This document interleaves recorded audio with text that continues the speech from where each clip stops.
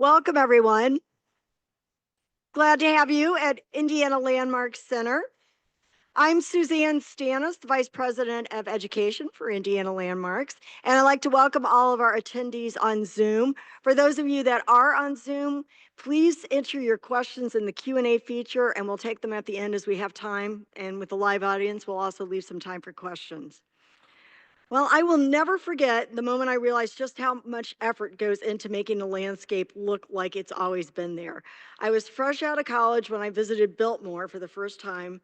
And as I rode along that winding approach, I marveled at how naturally the road followed the land and there were all these native plantings along the side. Only later, of course, did I learn that Frederick Law Olmsted had designed every curve and contour with deliberate intent, successfully fooling me and a lot of other people. My appreciation for historic landscapes deepened while I was working on a landscape symposium at Marian University, which I just learned was 20 years ago. Seems like it was just yesterday. But there I discovered the work of Jens Jensen. And though much of his design at that time had become overgrown, his original plans were revealed in a vision where the future of the space was shaped by the past. And today that vision lives on in Marian's Eco Lab, a tribute to Jensen's artistry. We invite you to experience this landscape firsthand during a guided tour on May 31st. So stay tuned to indianalandmarks.org for information on that and tickets when they go on sale. Tonight, we're joined by Bob Grese, Professor Emeritus in the School for Environment and Sustainability at the University of Michigan-Ann Arbor, and the former director of the university's Matthaei Botanical Gardens and Nichols Arboretum. He taught landscape architecture. He taught in the landscape architecture program and is a strong advocate of ecologically based design and ecological restoration. He's researched the work of early landscape architects who advocated such an approach to design, especially the work of O.C. Simonds and Jens Jensen, who worked throughout the Midwest and were known for the prairie style of landscape gardening. Bob is the author of Jens Jensen, Maker of Natural Parks and Gardens, on sale in the lobby, and we'll have the author autographing those afterwards. Also, author of The Native Landscape Reader, and co-edited Passion for Peonies with David Michener. He's a fellow in the American Society of Landscape Architects, as well as the Council of Educators in Landscape Architecture. He's also an honorary member of the Garden Club of America and a past president of the Ann Arbor chapter of Wild Ones, club I think I'd like to join. So welcome tonight, Bob Grese.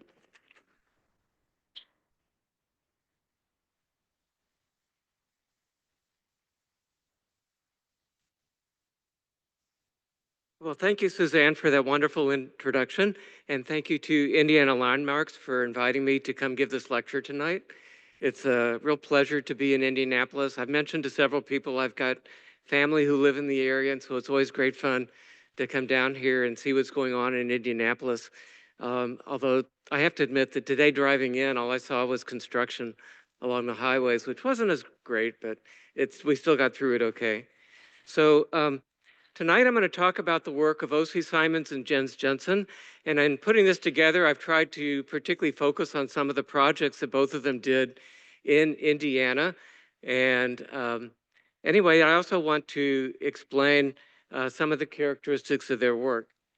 So I'll give first an overview of the prairie style of landscape architecture, and then talk about, at the end, I want to give some lessons learned from those that I think can be applied to landscapes today as they're designed.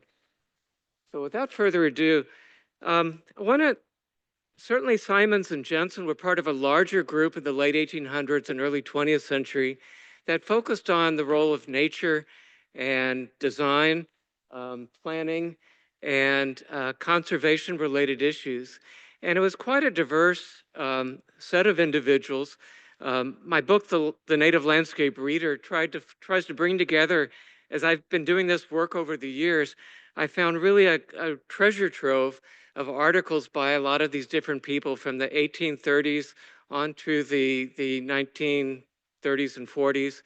And so that book was a collection of writings by a number of these people. But there was a great interest in creating native gardens across the United States. Eloise Butler, who is from the Twin Cities area in Minnesota, Nelchi Blanchon, who wrote this book featured at the top here called Wildflowers, um, Frank Waugh, who was a professor of landscape architecture at the University of Massachusetts Amherst. Um, he's shown at the top right playing the flute. He liked to think about landscapes as related to music as well as to various conservation efforts.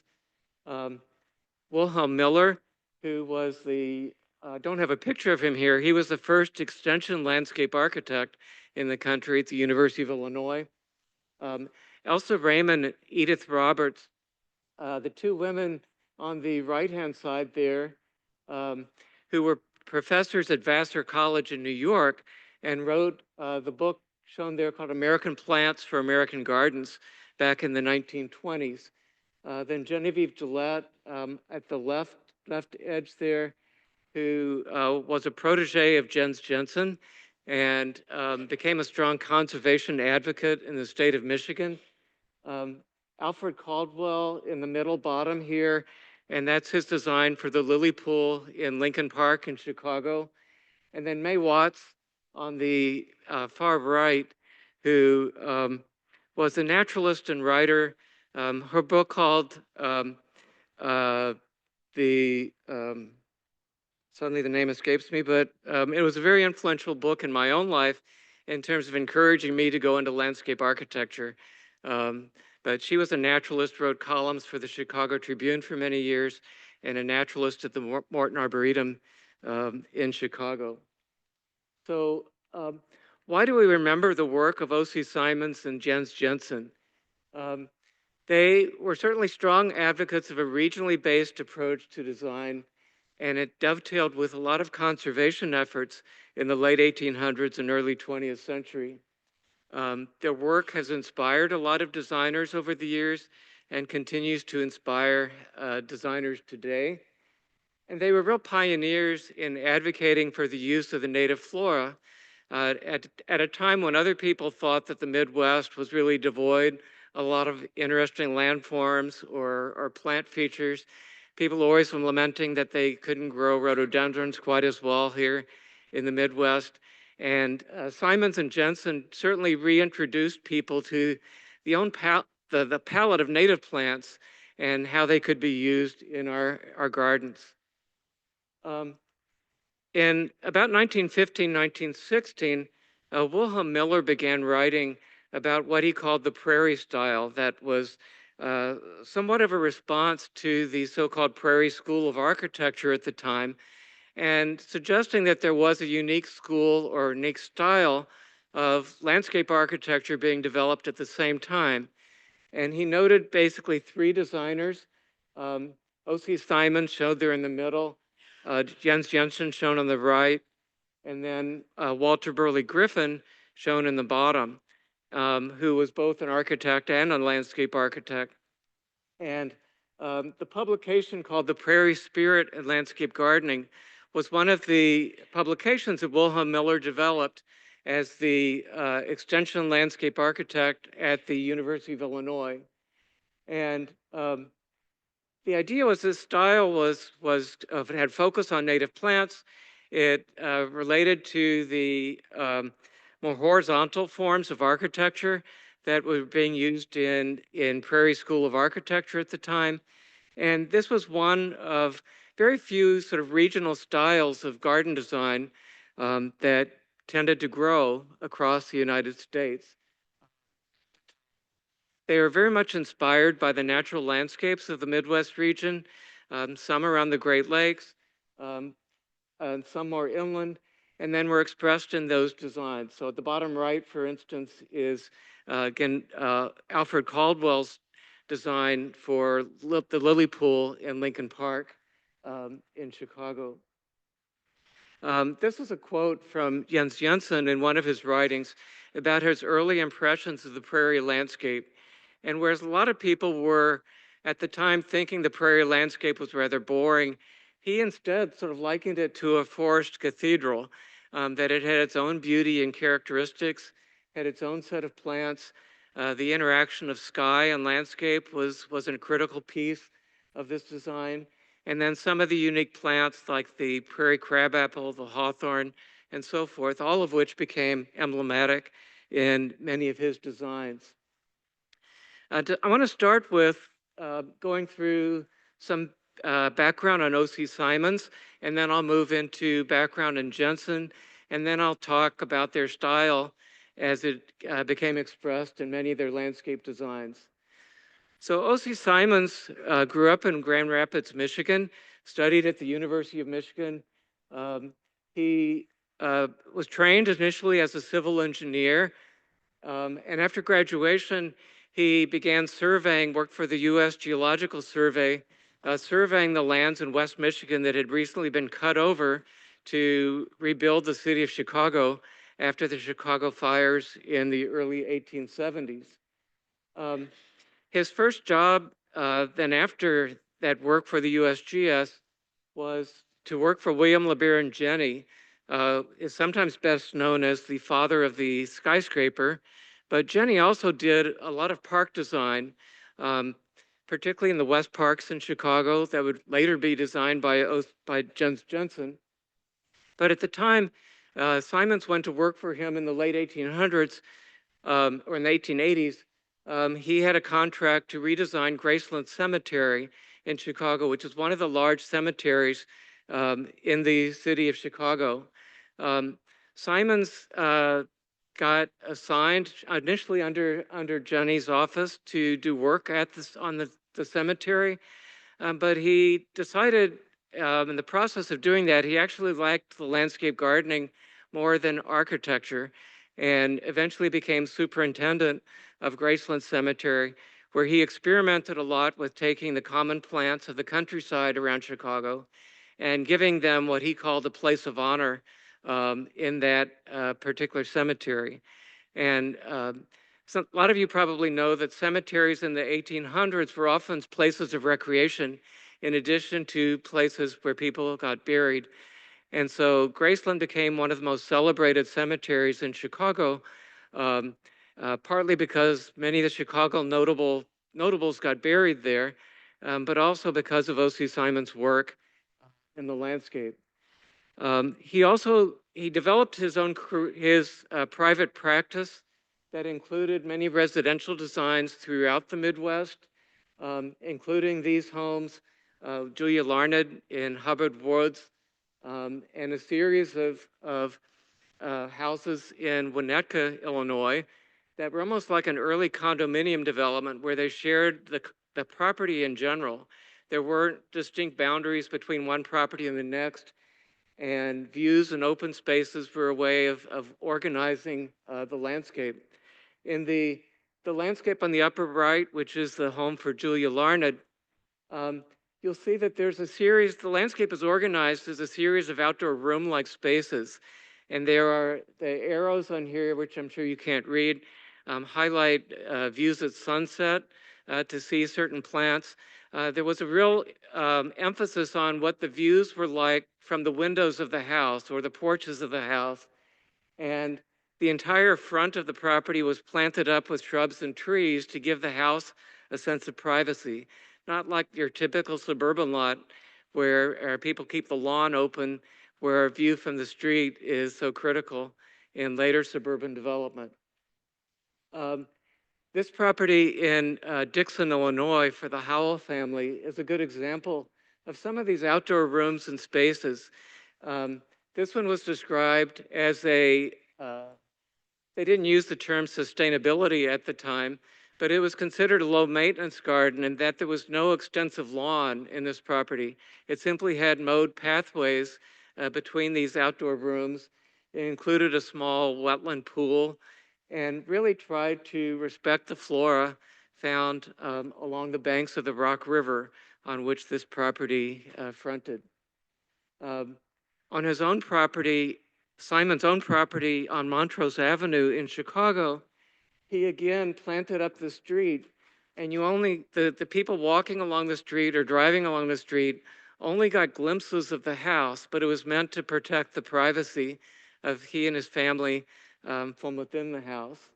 And one of his favorite places apparently was the little balcony, the Widow's Walk at the top, where he loved to watch the storms coming in across Lake Michigan, um, particularly lightning storms, which I guess drove his wife and others in his family crazy, that he would go hang out there in storms.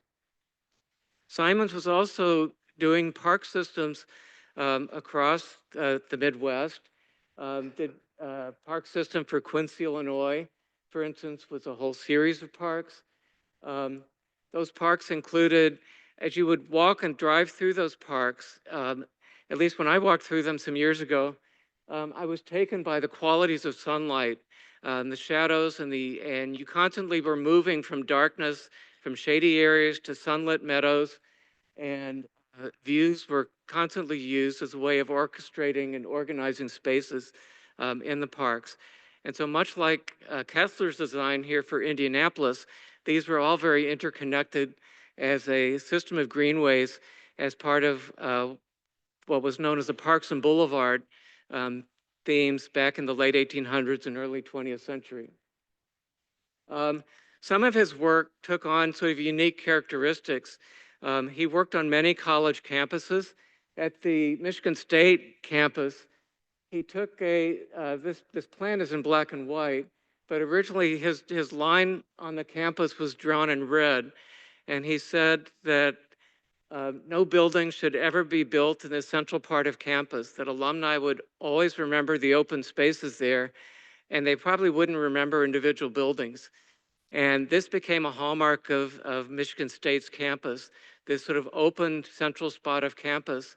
And that was kind of the visionary thinking, I think, that Simonds often had in many of his designs. He designed the park system in Ann Arbor, Michigan, where I spent much of my career teaching at the university. Um, Although it's interesting, when I started looking into the park system's history a few years ago, or more than a few years ago now, but people attributed the park system to the Olmsted brothers, who had done some work in the community, as the Olmsted name was much better known than Simonds. But I was able to document through newspaper records and a few scant plans that in fact, all of these parks were designed by him. And then certainly one of the joys that I had in serving as director of Nichols Arboretum was the fact that Simonds had designed the Arboretum back in 1906 as a refuge close to campus. And I like to always describe that this is just a 5-minute walk from the University of Michigan Medical Center. So you have this large, internationally renowned medical center. With 5 minutes, you can be in a really quasi-naturalistic space and feel a sense of retreat. Students often told me that this landscape is what helped keep their sanity in all the craziness that happens on a university campus. For this talk, I tried to pull together sort of a list of Simonds projects. Now, one of the challenges is that when Simonds closed his office, he died about 1931, and his office closed shortly thereafter during the Depression years. The records really went nowhere. They probably went into the trash can, to be quite honest. And well, the records that we have of his work are largely where clients kept examples of his the drawings, or municipalities have records in their files, or I found that newspapers are a great way of tracking down some of these projects, but it's really been a detective role to pull this together. And so this is a list of projects that I had documented, as well as Barbara Geiger, who wrote a biography of O.C. Simonds a few years ago, helped to pull together.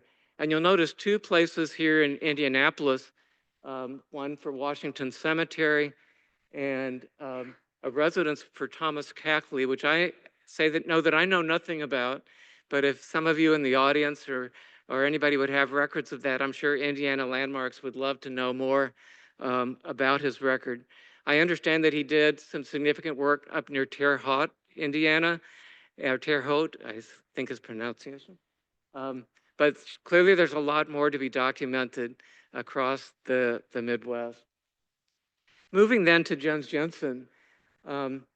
He immigrated from Denmark to the United States in 1884, became a street sweeper for the Chicago West Parks in 1886. And in 1888, he had moved up the ranks of the park system enough to create his first documented landscape design, what was known as the American Garden in Union Park in Chicago. I had the distinct pleasure some years ago celebrating the, I guess it was the 150th birthday of Simonds or of Jensen with many of his family members in Denmark.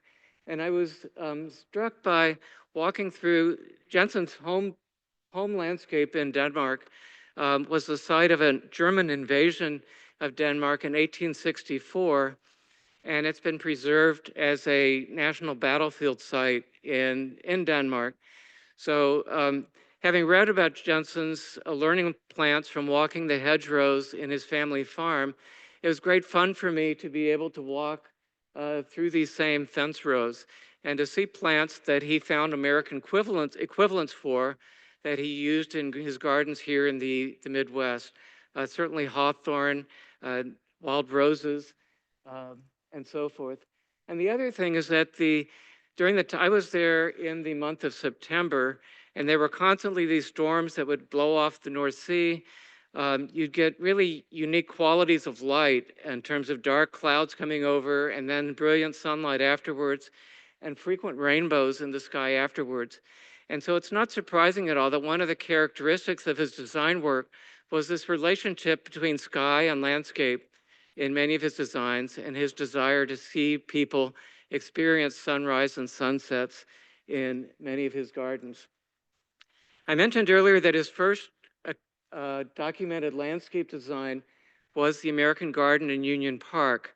At that time, the parks in Chicago area were mostly like these images on the right-hand side here, where they had created artificial statuary, artificial waterfalls, and so forth. And the distinct difference in Jensen's work was really accepting the topography as it was and to use mostly native plants.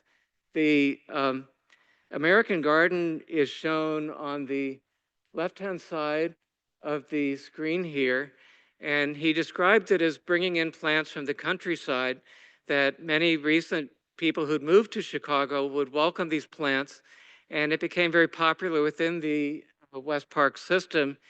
And then Jensen was very quickly made superintendent of Union Park, then Humboldt Park, and then finally the entire West Parks.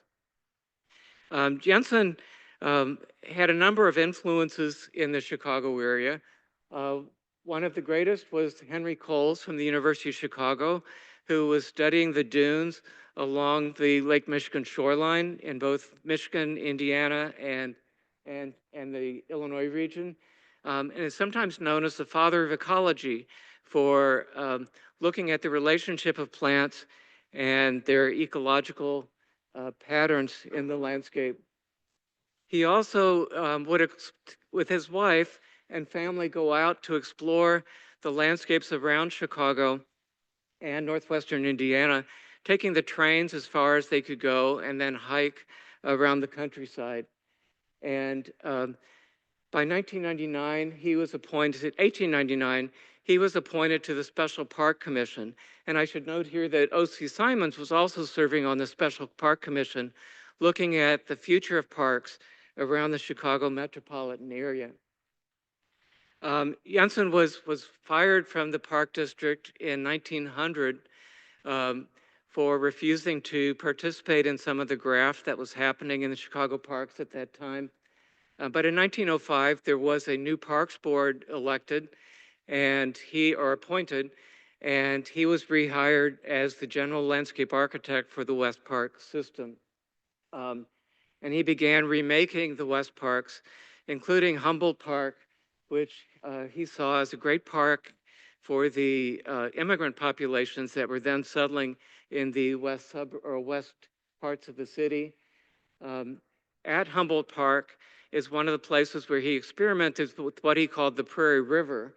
which was using a lot of native prairie flora along this slow-moving stream or lagoon in the park. You can see a plan of it there in the upper left, and then an image of the Prairie River in the bottom. As a member of the Special Park Commission, both he and Simonds were very interested in having a network of neighborhood parks that throughout the city that would provide for people, particularly those living in tenement housing and who didn't have access to green space other than these small neighborhood parks.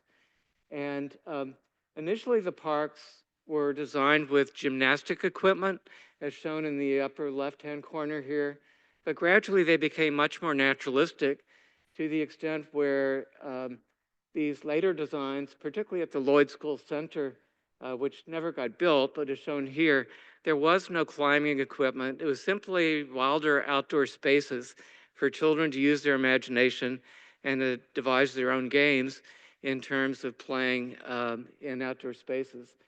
The other thing with the Lloyd School plan, shown on the upper right here, is that he integrated food gardens as part of this landscape and saw it as an intergenerational park that would include elders from the community as well as children sort of learning from each other as they worked in these garden spaces and held outdoor activities in the school landscape. Columbus Park was the last of his major parks in the West Park system, designed between about 1913 and 1918. In the park, he created a large lagoon, another prairie river, as he had done in Humboldt Park. Here, the water emerged from a series of cascades that looked like they were springs coming out of the ground. And then the park also incorporated a large golf course over which you could watch the sunset in the evening. One of the key features in Columbus Park was an outdoor amphitheater, something that would appear time and again in many Jensen landscapes. He felt it was really important to have venues in our parks for outdoor performance and to have a culture that was built in celebrating out of doors, much like he'd experienced in his childhood in Denmark. And so he created this lawn for the audience, a stage, and on the upper left is the performance of A Midsummer's Night's Dream in that particular park. And these outdoor theaters showed up in many of his Jensen's landscapes. Here in Indiana, the Players Green, or the outdoor theater at Culver's Military Academy in Culver, Indiana, is a very good example of one of the outdoor theater spaces that he frequently included in parks, as well as in private residences when people would agree to build them. One of Jensen's notable projects in the early 1900s was basically a brainchild of auto magnates from Indianapolis, particularly Carl Fisher and Henry Joy, who were involved in advocating for a coast-to-coast, which originally was called the Coast-to-Coast Rock Highway, meant to be a paved highway from across the United States for the automobile. And it gradually became known as the Lincoln Highway. And while Henry Ford refused to participate in this because he didn't think that private funds should be used to build a public highway, his son Edsel agreed to pay for Jensen's fee to design the Ideal Mile, which was located up in Merrillville, Indiana. Here is a plan designed for a campground as part of that site. The campground itself was never built. Originally, Edsel Ford had committed $25,000 to build that, but backed out at some point. But other parts of it did get built, and the road, as originally designed, would include pathways along it. And these drawings on the bottom right showcase some of the masses of plantings. The trees were to be planted. The idea was that the road would change across the United States, reflecting the native vegetation in different parts of the United States. And this is one of the few examples where Jensen actually called out the planting of prairie grasses and wildflowers along the highway. And I note here on the bottom on his plan, he said that prairie flowers are to be scattered in the grass and allowed to grow up wild. They should not be set out in narrow borders or in any conventional forms. So there was always a distinct notes like this that he included on his drawings. Now, in terms of Jensen, there's much better documentation of his work and projects, particularly found here in Indiana. And this is just as I've discovered in working on documenting both of these individuals' careers, they are an evolving list that with Jensen's work, fortunately, one of my predecessors, Leonard Eaton, collected drawings from the Jensen office back in the early 1960s. And so those records are now in the Bentley Historical Library at the University of Michigan. But other projects come to be known from time to time. And this is the best, to my knowledge, list of various projects in various parts of Indiana. And I'll showcase a few of these as we go along. So Jensen's, in addition to his public work, his private design work helped tide over his family during that period when he was fired from the West Parks. And it allowed him, using the resources of these wealthy clients that he had, he could experiment with ideas that were much more difficult for him to use in his private work.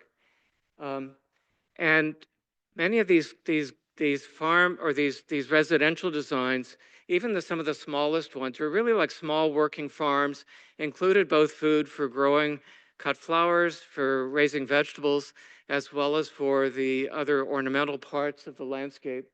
And then what he always talked about was that he was trying to reconnect people to the regional landscape and to provide a balance to the parts of their lives that were extremely busy. So, and this is a quote from one of his writings where he talked about basically that many of his clients wanted an English garden or a French garden, or they wanted an Italian garden or something. And he really wanted them to, he wanted to create an American garden for them, featuring the plants in the areas that they were living. And this became kind of his mantra, although he included many ornamental and horticultural plants in his gardens. He constantly tried to convince his clients to focus on the native plants of the region. His design for Harry Rubens was one of the very early, more celebrated projects that Jensen did. He exhibited photographs of this work with the Chicago Architectural Club. It was here that it was one of his early wetland gardens or the Prairie Rivers, and also places to sit. This was in Glencoe, Illinois.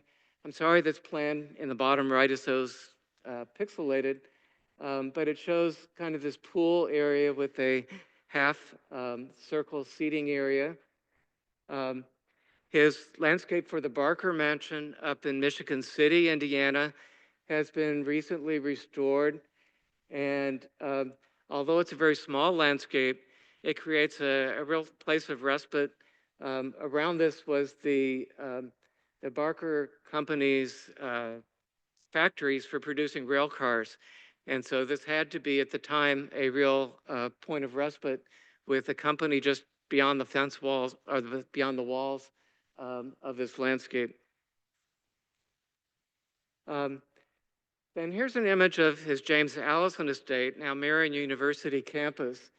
And this is one of the early drawings for this, shows the series of ponds.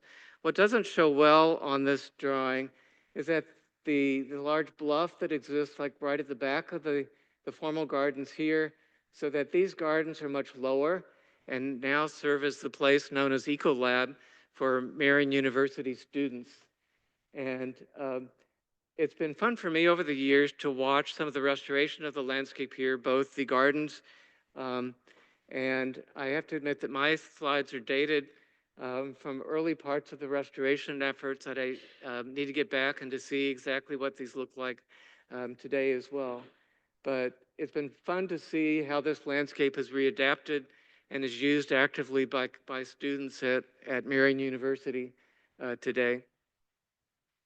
Henry and Clara Ford were some of the most important clients Jensen had in his career as the wealthiest family in America at the time that he worked for them.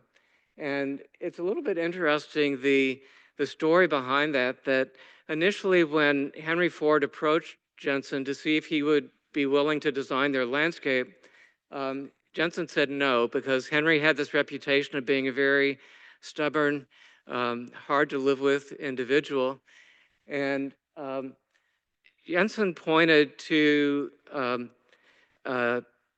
or Ford pointed to Jensen's clients here in Indianapolis, certainly Allison and Fisher, whom Jensen had designed landscapes for, and said, well, if you could design for these other automobile barons, you could design for me as well. And so eventually Jensen did take on this particular job. Shown here on the left is these are fairly recent photographs showing the mansion in the upper right of the upper left photograph is what was called the powerhouse. This was a hydroelectric dam on the river that powered the powerhouse, provided all the electricity for the estate. And Henry's workshop was located there. And then located around the house were a series of formal gardens, including the Blue Garden. Blue was Clara Ford's favorite color. And then some of what were known as the trail gardens here in the bottom left. In the upper right is the view down what was known as the Great Meadow, which was set along the axis of the summer solstice so that the Ford family could watch the sunset at the end of the meadow. And then this photograph shows the Clara Ford's boathouse and a rock garden that was created by Jensen. The notes here, the Ford family owned something like 26,000 acres, of which the estate was about 2,800 acres at the time. And Jensen's plans were developed from 1913 to 1921. This is a view, shows some of the Ford family members sitting at the edge of the meadow, sort of looking across. There's a shot there in the middle showing the sunset at the end of the meadow. And then on the right, bottom left, or bottom right, is some birch trees that were planted at the very end of the meadow. So early in the morning, you would have these birch trees highlighted by the morning sun in the winter, and then in the middle of summer, the sun would set at the very end of the space. There was another meadow that extended to the winter solstice, which has since closed in, but it's great that this meadow still exists. There also is a wonderful story of Jensen writing to Henry Ford during the early years of World War II, where he talked about walking through the Indiana dunes with his grandson and watching the sunset over the city of Chicago. And they both looked at each other and said, if they wondered if anyone in Chicago was paying attention to this glorious sunset that they saw at that time. And Henry remarked that sunrises and sunsets are one of nature's free spectacles, yet few people take advantage of enjoying them on a daily basis. And so one of the things that both Jensen and Simonds were interested in was making spaces for people to see the sunrise and sunset in many of their landscapes where they could. So one of the other key features that Jensen's design at Fairlane was this hydroelectric dam along the river and stonework all along the river, which I consider a really large piece of outdoor sculpture. The way these stones were set, the stepping stones across the dam, and all of it has held up remarkably well over the 100 years plus now that it's been in place along the Rouge River. Then moving to another property here in Indianapolis, Questover for F.D. Stallnecker. I recently learned from looking at some materials that the word Questover came from the Stallnecker family searching in quest of a country estate. And they named this quest over because their quest for an estate was over um, as they discovered this property. But Jensen's design here is similar to a lot of his estates, where he would bring people from in via automobile, and instead of going directly to the mansion, they would take this excursion through the landscape where there'd be islands of trees that would partially interrupt views of the meadow, or in this case over here, it's called the daisy field. And then suddenly they would arrive at the house and they would have this view back across the space. So it was kind of situating people as they were coming into a place of where they came from, and then reconnecting them back into it with views across the landscape. And then, of course, there were the details of the landscape. In the case of the Stallnecker property, um, a series of outdoor wetland pools here with native plants and gardens, and little paths that would lead you through this landscape. At the Stallnecker property, there was a natural spring, and so Jensen was able to create a natural waterfall, taking advantage of that as part of the overall property. And then this plan here shows some of the details of plantings along the drive of the estate. Another plan here in Indianapolis is that designed for Goethe Link, who was an avid astronomer and naturalist in the area. It's now owned by Rob and Jennifer Sloan. I got the ability to come and view this landscape just as they were starting some of the restoration years ago. And most of the landscape had been overgrown with creeping euonymus. At some point, that had covered much of the stonework that they were able to discover was still there. And as they began removing some of this euonymus, suddenly a lot of wildflowers started creeping up. And it was just quite amazing of how resilient a landscape like this could be after many years of being overgrown. I mentioned that many of Jensen landscapes were like a small farm. So here again, you had this ornamental landscape, a pool and a series of wildflowers, a player's hill, and then an orchard and vegetable garden in the back. These were things that were repeated quite often in even the small landscapes. Here are some views of that landscape as the restoration was being done in 2009. And then in 2013, I was back, and that's the last photographs I have. I'm sure it's matured much more today, but it's been a real pleasure to watch these places recover. And then finally, one of the plans for another landscape here in Jensen is this one for the F.D. Frawley, which is known as Westover. And I mentioned earlier that this was always one of my favorite plans because it embodies a lot of Jensen's principles in a fairly small design. I used to take my students at the university over to the archives, and I would bring out a series of the Jensen plans, and we'd talk about them and their design aspects. And here again, you had a driveway. Oops, go back a second. Driveway coming in, circle drive in front of the house, a view down a meadow space that gave it a sense of a larger space, a series of outdoor rooms. Here again is another player's hill as sort of an outdoor performance space. And then in a series of walkways that would lead you across the entire landscape through a series of different experiences. And this was something that was just repeated over and over again in many Jensen landscapes. Then this landscape I'm not very familiar with, other than this is a landscape that Leonard Eaton had documented in his book, Landscape Artists in America, back in 1960, the Morsdale Plain property in Hammond, Indiana, which is part of the Woodmar subdivision. And Jensen was also hired to do the landscape treatment along Knickerbocker Boulevard there. And this was a house by my notes here, if I can find it. Well, certainly by Howard Van Doren Shaw, who collaborated with Jensen on many properties in the Chicago area. Then lastly, of these designs, I want to talk about the Eleanor Ford House, and I've got to go through this quickly because I'm seeing my time is running short. Um, the Eleanor Ford House, I had the ability to work on the National Landmark nomination for it, and there's a real treasure trove of images showing this landscape under construction. In particular, just the last several years, I was helping with renovate the swimming pool area, which was set as a naturalistic pool with a waterfall leading into Lake St. Clair. And it was a challenge in terms of looking at these old photographs.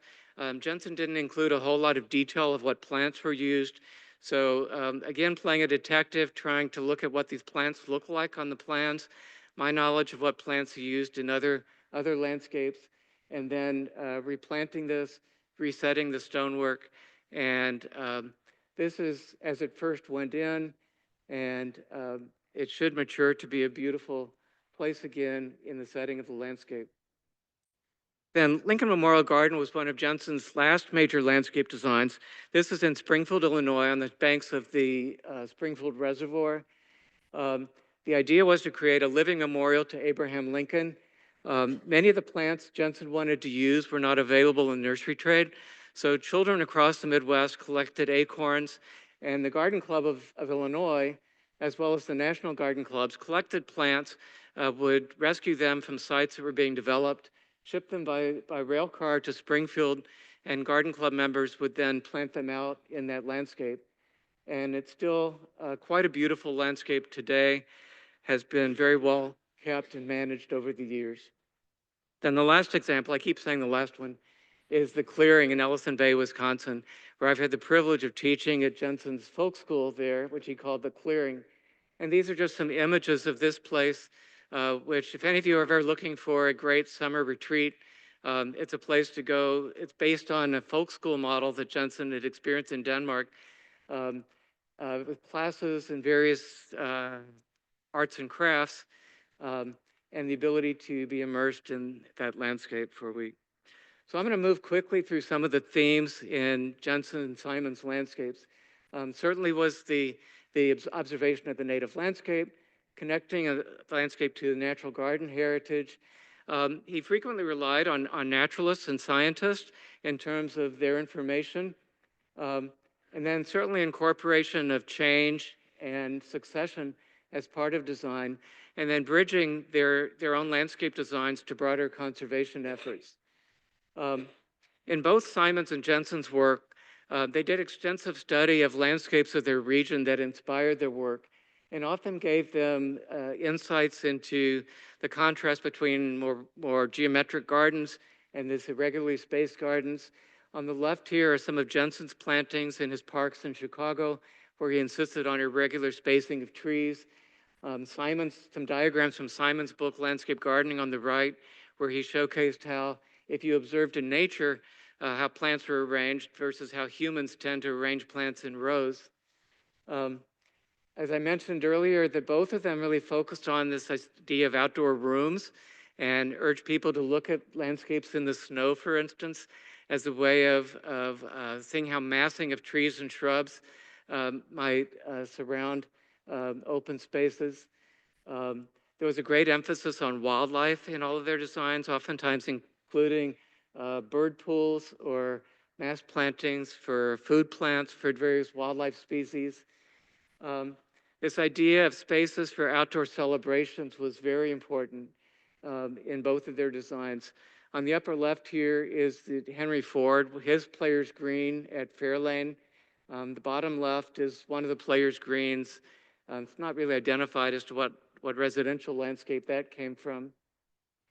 Qualities of light were very important.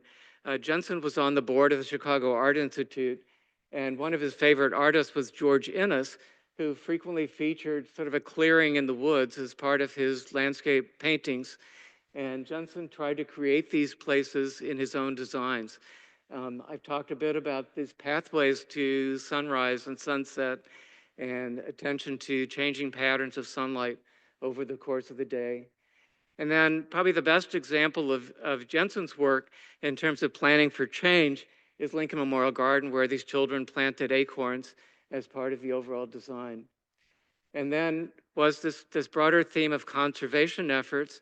And here in Indiana, one of the greatest linkages for this was the attempts to protect the Indiana dunes as a natural landscape, included this large dunes pageant held there in 1917. And one of the organizations Jensen had helped to organize, called the Prairie Club, would frequently take these retreats to the Indiana dunes um, and hold campfires, hold these celebrations. And the one Jensen designed there is the fountain design, the Prairie Club fountain that Jensen had a hand in designing. These other photographs are various photographs that Jensen took of native wildflowers and trees in the Indiana dunes. And probably about 20 years ago or so now, I had the privilege as part of a conference to spend time at the dunes. And we actually hiked to the top of one of the blowouts above the Lake Michigan and did a series of poetry readings and reading about Jensen's work there. It was a very moving way to celebrate Jensen's heritage at the dunes. Then finally, just in very brief, I'm going to be very quick. Um, what lessons can we learn from these landscapes for today? So certainly there is a linkage, a fit for these landscapes in sort of regional landscape heritage. They weren't purist in terms of the way people think of native gardens today. Most of them had lawns. They weren't traditional lawns the way we think about them today in terms of not having a variety of plants. Lawn doesn't exist at that particular time. So many of these lawns had a real diversity of plants. And there were prairie plants planted around the edges, but they were still lawns that were mowed on a regular basis. So the part of them there were symbolic as well as including a variety of native plants. There also was, though, this notion of creating a network of habitats, which is something that I think we can do with our gardens today. And today, there's much more frequently this notion of linking a series of habitats as part of garden design. And I want to just note the publications of Doug Tallamy up on the right here that particularly urge us to think about bird life, insect life, designing to create sustainable habitats for wild creatures as places where we live. One of my colleagues at the University of Michigan Joan Nassauer, has long been studying what makes a more naturalistic landscape more acceptable to people. And she came across this, she's developed this concept called cues for caring, where things like pathways or fences or sculpture or birdhouses, all are kind of cues that tend to make people think that this is a landscape that's designed for wildlife as well as for people, and help make them seem a little better cared for. So advertising habitat value by having signs that say that this is intentional and didn't just happen as a landscape. And then sometimes even providing a greater abundance of flowers to meet people's personal taste. And then thinking about how these change over the seasons. Rain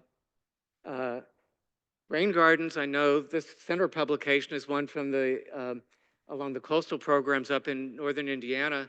Rain gardens are often a very good introduction to people to think about including native plants in a garden.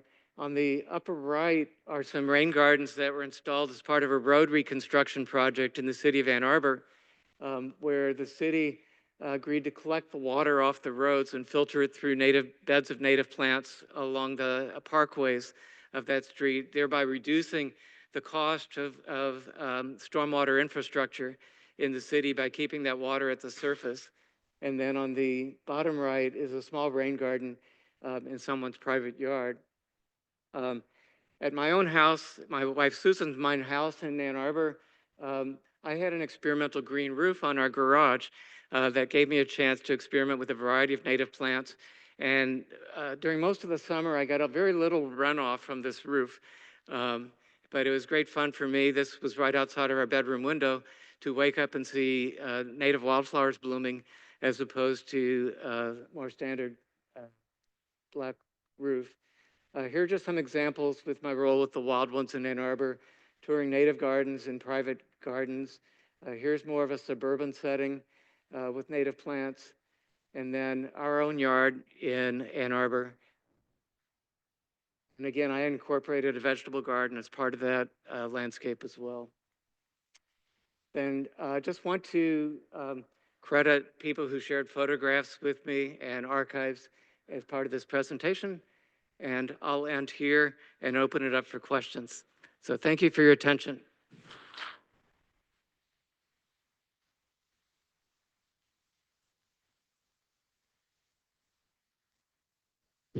Any questions? Okay. Question over here. I got it, Brian.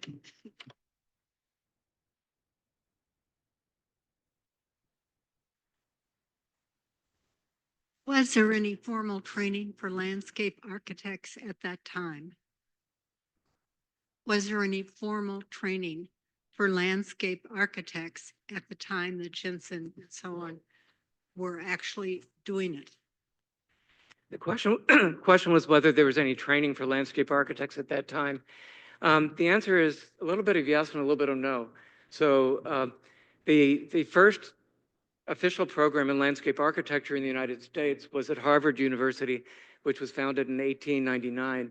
However, Michigan State University had a program in landscape gardening in the 1880s. And there were small programs related to the design, but there was really no formal training, so to speak. Jensen had training in agriculture, the Agricultural University in Denmark, which included a good bit of horticulture.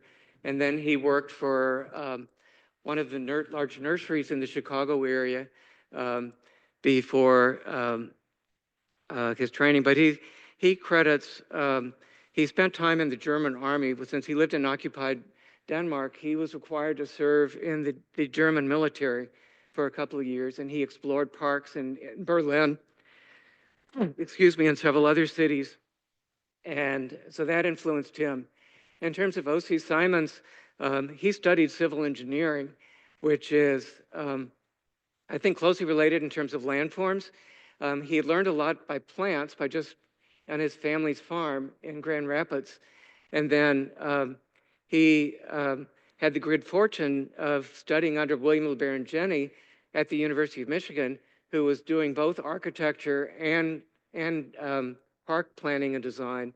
So they kind of cobbled together their training of anybody who entered the field of landscape architecture at that particular time. I know that Frederick Law Olmsted encouraged his sons to go travel abroad in Europe and had like a long list of gardens and park spaces he encouraged them to study. So almost anybody in that era had sort of what we would consider a non-traditional path to find their career in landscape gardening and landscape architecture. Questions?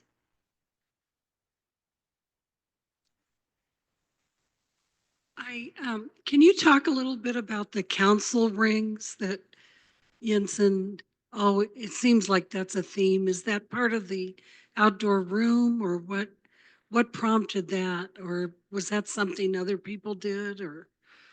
Sure, Jensen's idea of a council ring, and I should have mentioned this when I was showcasing some of these drawings, was the idea, he claimed that it came from several sources. One was his youth in Denmark, where they would build fires on the beaches of the North Sea, and everyone would sit in a circle around these fires and tell stories and that sort of thing. He also saw a parallel in American Indian culture of gathering around a council fire, and that's, I think, where the name council ring came from in terms of celebrating that. But he also thought that they were particularly American as he created them in these gardens, in that everyone would sit around and be at the same eye level with each other, that he thought they served a real democratic purpose. in bringing people together for conversation, for storytelling, for any kind of outdoor activity in the rings. And frequently these were sited at the edge of a meadow space where you would have like a little distant view. Sometimes they'd be on the bluff of a river or of a lake where you'd have sort of a distant view. I know the ones that the clearing, one of the council ring there is set overlooking Lake Michigan, where you get an absolutely beautiful sunset.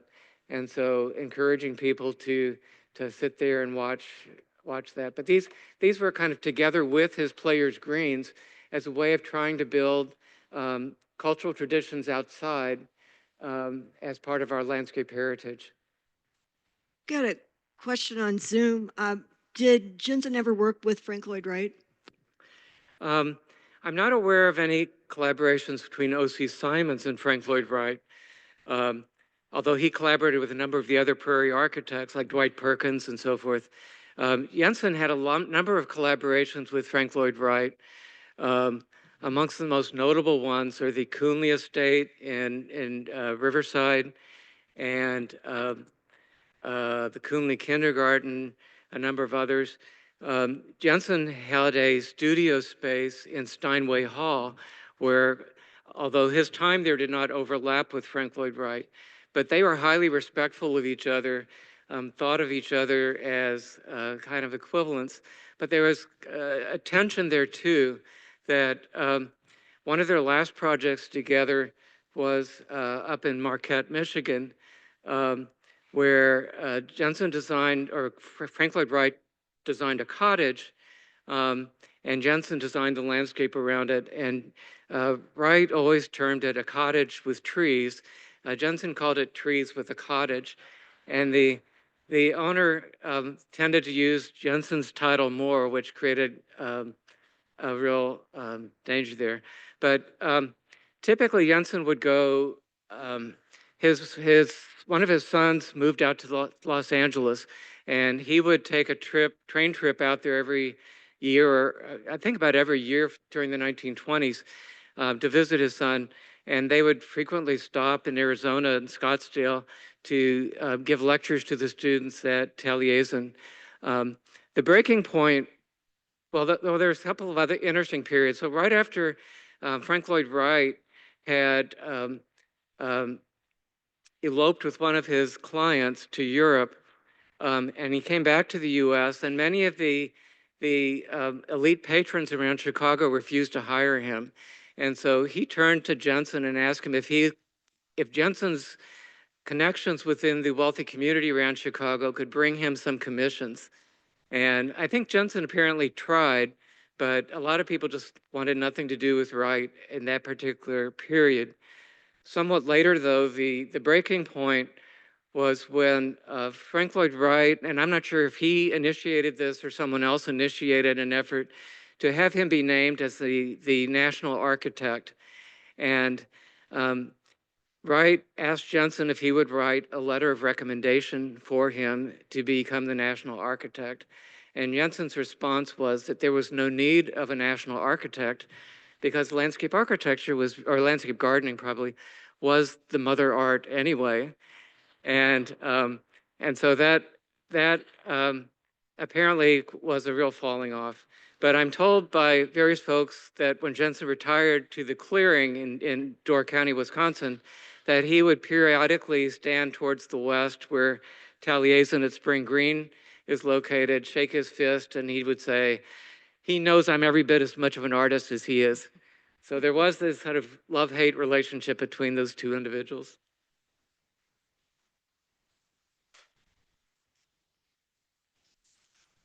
And the clearing, did he ever design any other cool highways like 42 that goes out to the lake there? The question was, did Jensen ever design any other highways like the Lincoln Highway? He did have a hand, and his son-in-law helped with this for the Ford Motor Company's exhibit at the New York World Fair, which is called the Roads of the World, where they basically created roads that were illustrated construction methods throughout history, from the Appian Way in Rome to, is that in Rome or in Greece? Anyway, series of roads throughout history. And, but there were, with this group called the Friends of Our Native Landscape, created a series of guidebooks for cultivating wildflowers along roadsides and trying to sort of nurture more of a native character to roads as they were being built across the United States. I think Jensen was part of a generation that had kind of a love-hate relationship with the automobile, that they knew that the automobile, even despite his design for all his automotive magnates, he wasn't quite so sure of how the automobile was changing towns and communities across the US, but he did appreciate that the automobile gave people more freedom to get out into the countryside. And so he did create guidelines for developing roads, even though it may not have been a specific road that he developed, but looking at trying to encourage a more naturalistic treatment of roadsides across the US. I think if we can have just one, hopefully a quick answer. Did Jensen or Simonds ever have any direct connection with Olmsted? Frederick Olmsted. Both of them, both Simonds and Jensen, had a deep admiration for Frederick Olmsted Sr., I should say. I think Jensen had less use for Frederick Olmsted Jr. and Charles Olmsted and their particular park designs. I'm not sure whether, I assume that Simonds had some interaction with Olmsted, having started a little bit earlier in his career, and had very deep admiration for Frederick Olmsted Sr. Jensen very deeply admired Olmsted's work at Washington Park, for instance. And what I've often speculated about for both of them is whether or not they would have been involved at some level in the Columbian Exposition, and particularly what was called the Wooded Island at the exposition. If you look at, there's a book that Daniel Burnham had recorded called the Book of the Builder, which documents the building of the Chicago Columbian Exposition. They were on such a tight timeline for opening, getting that landscape in place to open on the scheduled dates for the Columbian Exposition, that I'm guessing they had to have like all hands on deck from the Chicago Park districts to make it happen. And Jensen at that time already had a strong familiarity with the native plants, as well as Simonds did. I wouldn't be a bit surprised that they weren't involved at some level in helping give the direct shape to that landscape. But I don't have good documentation for either of them in terms of whether they officially met or had conversations with any of the Olmsteds. Well, with that, I want to thank you very much for your presentation.